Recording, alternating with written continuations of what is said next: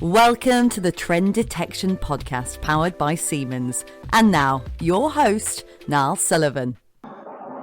So, welcome to this episode of the Trend Detection Podcast. I'm really delighted to have one of my lovely colleagues from Siemens on this episode, so Anja Adling, who I'll ask to introduce herself in a second. But today we're going to talk about predictive maintenance and how that and the view on that from a Siemens perspective, I guess. With Senseye still being very new to the family, we're now part of that, which is great. But yeah, I thought it'd be really good to have Anja on just to sort of broaden that perspective, I guess, because obviously we're very Senseye Predictive Maintenance dominated on this podcast. So I think now's the right time to sort of broaden that out and get the view from the wider Siemens. So you're representing the wider Siemens, Anja. I've just sort of put that on you. But yes, if you could just start by introducing yourself, that'd be really good. Sure. So thanks for having me, Niall.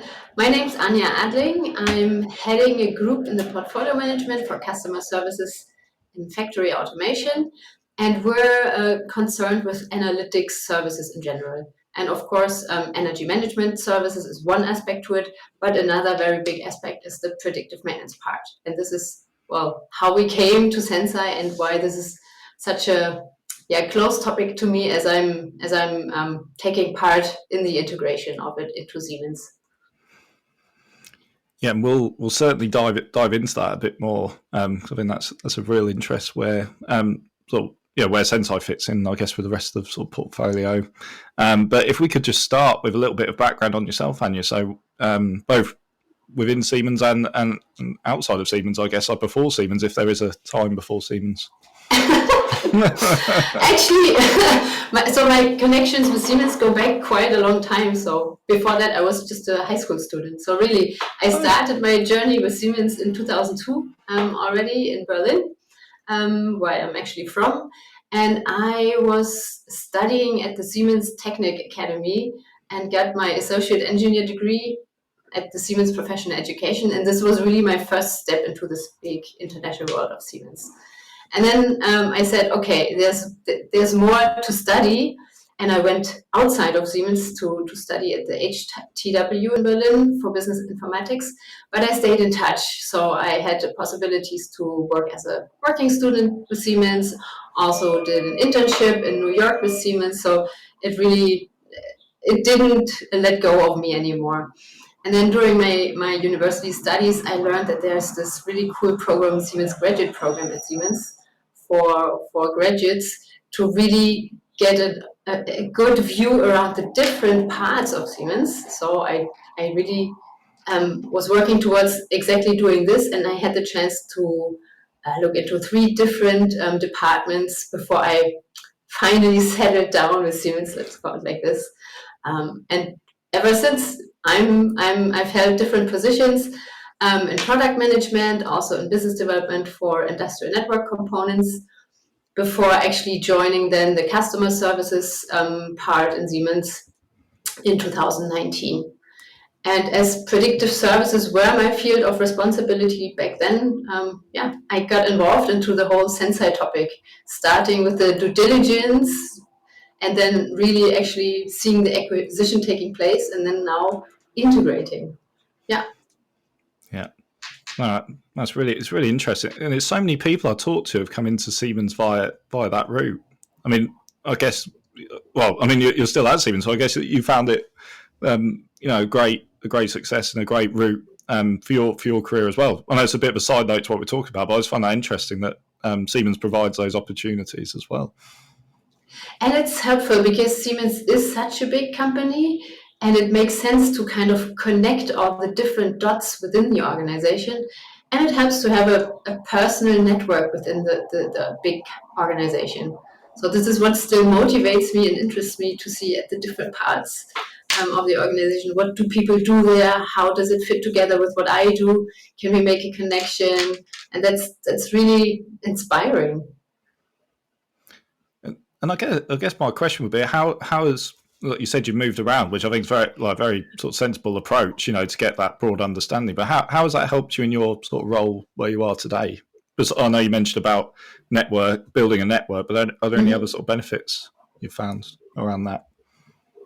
Yeah, I mean, it's also a very international way to work. So that's also fascinating. So it's of course on the one hand side about technology, products, services, how they all fit together and create a complete picture from a customer perspective, right?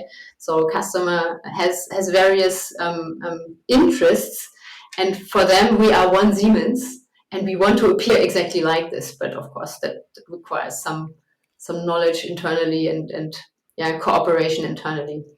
And yeah, as I said, it's the international part, which is really fascinating. Not only looking in our own country, our own market, but really keep it open and yeah, learn from the different scenes or the different backgrounds of colleagues all over the world and the different regions. Yeah, no, absolutely, and that's what we're sort of coming into from a 60-person company into that world is amazing, slightly daunting, but also amazing to have that just that access to that network now of people and even internal events, let alone external events. You meet so many different colleagues and stuff.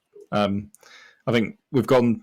Senseye's gone from a place of knowing everyone to getting used to not knowing everyone at Siemens, which is and still, in the end, you tend to keep meeting the same people over and over again with shared interests.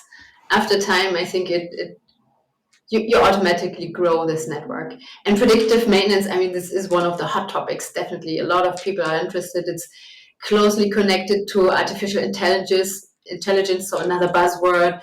So a lot of people are coming also towards us. So when they heard about the acquisition, a lot of people within Siemens reached out to me to learn more. So I think from my perspective, everyone was really welcoming Senseye into the company. We are really impressed by what has been created from your side, and we want to scale this even further. Yeah, absolutely. We're off to a great start, I'd say. But when we say integration, I guess there was a point when the integration technically finished, but it sort of never does finish. I guess it's sort of an ongoing process for all of us, actually. Yeah. Yeah. Yeah. Official legal merger was finalized by April 1st, but that's just the paperwork, maybe. But real life goes on, and that's exactly where we are right now.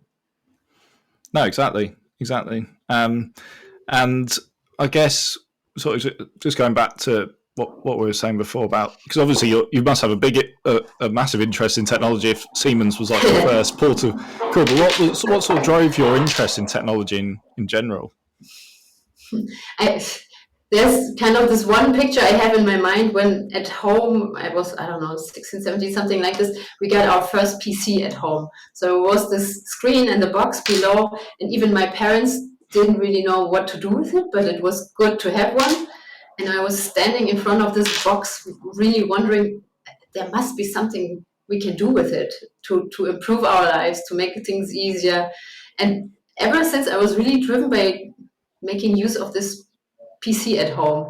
And I was really looking out for ways to kind of start programming, coding. It was also the beginning of email. So I had an email address in 97.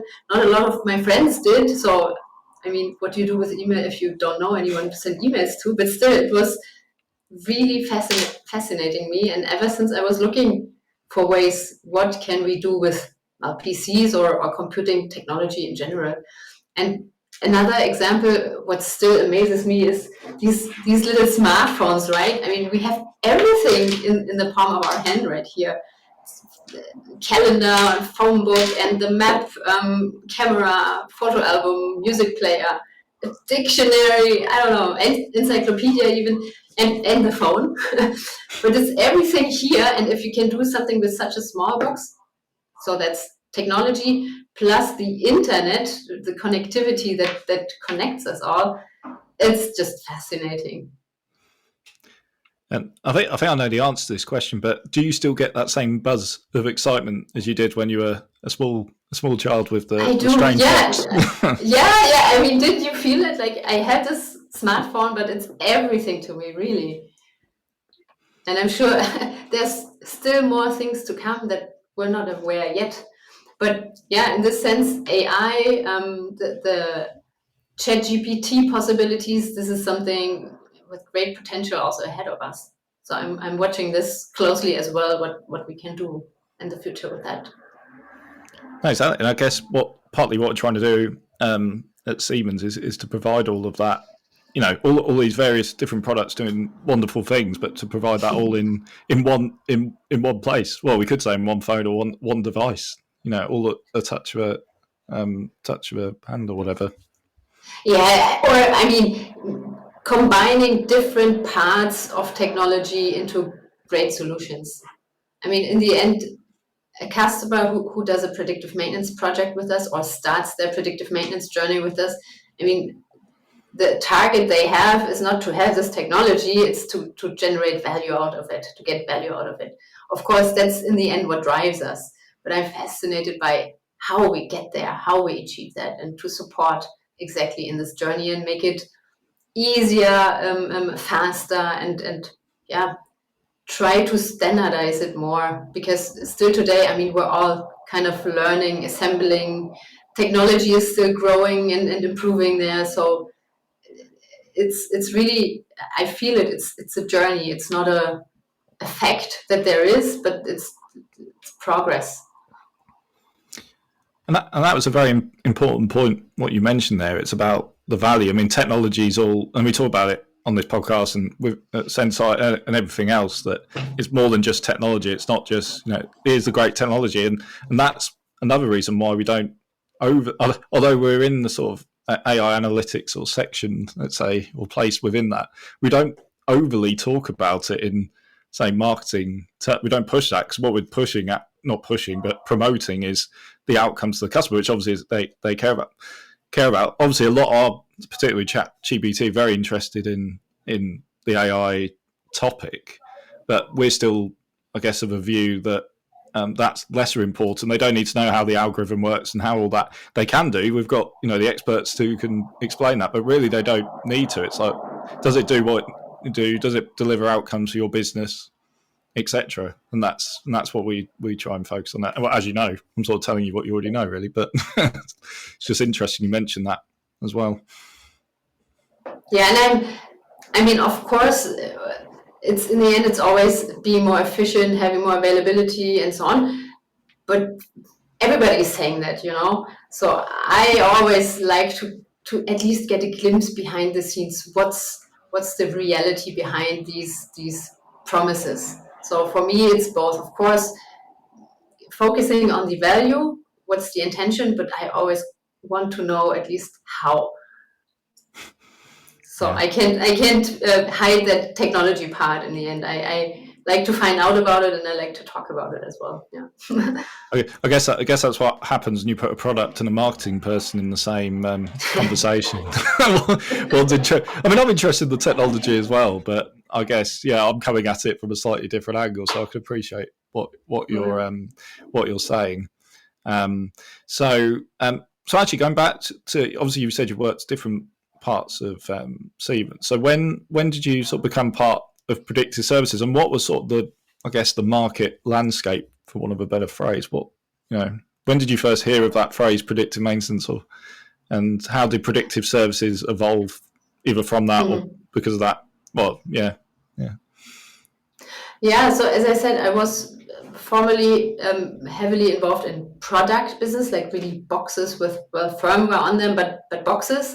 And I wanted to change a little bit that, and the perspective that changed was getting into services, treating service portfolio as products. So this was something new I wanted to try out and want to see how that works.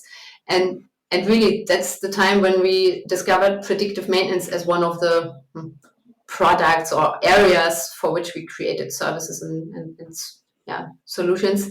And so this was since 2019. And not long after that, when we looked at the market, we came in there actually with very application-specific solutions. So we had predictive services for presses, predictive services for depending machines in the electronics. But we had these because we also learn and go step by step. But we found out, a customer usually has more than one machine, more than one application, maybe even complete lines, or want to look at the complete factory. And there we were kind of still not there yet. But Senseye was there, or Senseye could be there. And this is, when I learned about it, really looked at what Senseye can do. And we also tried or actually did some pilots in factories of Siemens to see how it actually works. So this is how I came into touch with Senseye. And after time, the idea came up, well, wouldn't it be great if we could be the ones having this technology or helping promote and scale up on the market? Please like and subscribe on all major podcast channels and find out more about Senseye Predictive Maintenance at Siemens.com.